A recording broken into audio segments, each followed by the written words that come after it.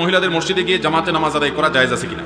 বর্তমান প্রেক্ষাপট আর ভবিষ্যৎ প্রেক্ষাপট সর্বাবস্থার জন্য শরীয়তের মাসআলা এক্ষেত্রে একই রকমই। নবী করিম সাল্লাল্লাহু আলাইহি ওয়াসাল্লাম অত্যন্ত পরিষ্কার ভাষায় জানিয়েছেন, একজন মহিলা নবী সাল্লাল্লাহু আলাইহি ওয়াসাল্লামের পেছনে নামাজ পড়ার জন্য মসজিদে নববীতে আসতেন। নবী করিম সাল্লাল্লাহু আলাইহি ওয়াসাল্লাম তাকে বললেন, তোমার জন্য মসজিদে এসে নামাজ পড়ার চাইতে তোমার বাসায় নামাজ পড়া উত্তম, আর এরিয়ার ভিতরে পড়ার চাইতে বাড়ির ভিতরে ঢুকে পড়লে আরো বেশি উত্তম। ভেতরের আরো কোনো ভেতরে কক্ষ থাকলে সেখানে পড়লে আরো বেশি উত্তম। পুরুষরা মসজিদে এসে নামাজ পড়লে যে সওয়াব পাবে, তুমি ভেতরে নামাজ পড়লে তার চেয়ে বেশি সওয়াব পাবা। সাধারণত শুধু নামাজ পড়ার জন্য মসজিদে আসবে না, তারা বাসায় নামাজ পড়বে, এটা হলো সচরাচর এবং সাধারণ জেনারেল বিধান। যদি দেখা যায় যে সেখানে দিনই কোনো প্রোগ্রাম হয়, শেখার দরকার হয়, অবশ্যই ইলম শেখার জন্য তারা আসবে পর্দাপশীদের সাথে।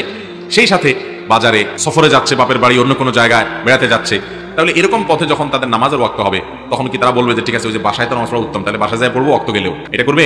ওই অবস্থায় মসজিদগুলোতে গিয়ে নামাজ পড়বে। এই জন্য শহরের পাবলিক প্লেসে, রাস্তার পাশের যেসব মসজিদগুলোতে পথচারী বিভিন্ন রকম মানুষ, মহিলাদের নামাজ পড়ার প্রয়োজন হয়, সেগুলোতে অবশ্যই মহিলাদের জন্য ব্যবস্থা রাখা উত্তম এবং উচিত।